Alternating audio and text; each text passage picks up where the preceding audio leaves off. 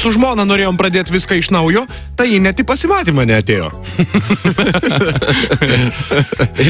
Žodžiu, vieną rytą atveda du nusikaltėlius įvykdyti jiems mirties bausmę. Ir senovinis būdas. Prie pirmojo prieina mirties bausmės vykdytojas ir sako: Gerbiamieji, gerbiamasis, jūs turite galimybę kiekvienas, ir jūs paprašyti, išsakyti savo priešmirtinį norą. Tai tikrai bus išpildyta, jeigu mes turim tokias galimybės.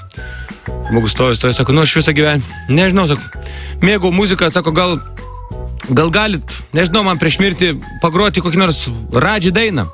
Gerai, sako, bus padaryta, kreipėsi antrą budelį, sako, o ko jūs norėtumėt? Žinot, sako, pons budelį, noras buvo visai kitoks, bet kai išgirdau, ką sako kaimynas, mano noras būtų toks. O galit man mirties bausmę vykdyti pirmam? Berniukas su bloga kraujo apytaka meluoja ir neraudonuoja. Šitas gerulis. Skambina ligoniui, gydytojas sako, turim jums prastoko žinių. Sako, kas atsitiko, kokie tyrimai blogi? Sako, kraujo tyrimas ne tai, kad blogas, žinokit, sako, tragiškas. Jūs serga tuberkuliozė, niežais, visais hepatitais, dar AIDS, raupai. O jie to sako, bet jūs vis tiek mane gydyt bandysit? Taip, sako, mes specialiai jums blynų dietą sukūrėm. Sako, jie to blynų dietą, o tai padės? Sako, vėl nežino padės, bet tai vienintelis maistas, kuris pro jūsų duris telpa.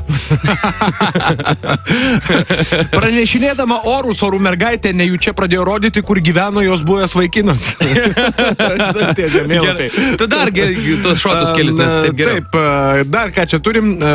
Močiutė mėgstanti intrigas, kas savaitę perrašo testamentą. Argi tai smūgis, rėkė Čakas Saulei, gavęs Saulės smūgį. Šiukšliavežės vairuotojas skiria tik du kvapus – darbinį ir neutralų. Gera žinia merginoms, kad jau greitai baigsis vasara ir bus galima valgyti viską. O, darbų pamoka pabaigai. Mokytojas sako, svarbiausia saugaus darbo taisyklės. Nekiškit pirštų į rozetę. Mokinys sako, tu klausykit, bet tai pirštai netelpa. Durniau sako, tai tu vinis pasiimk.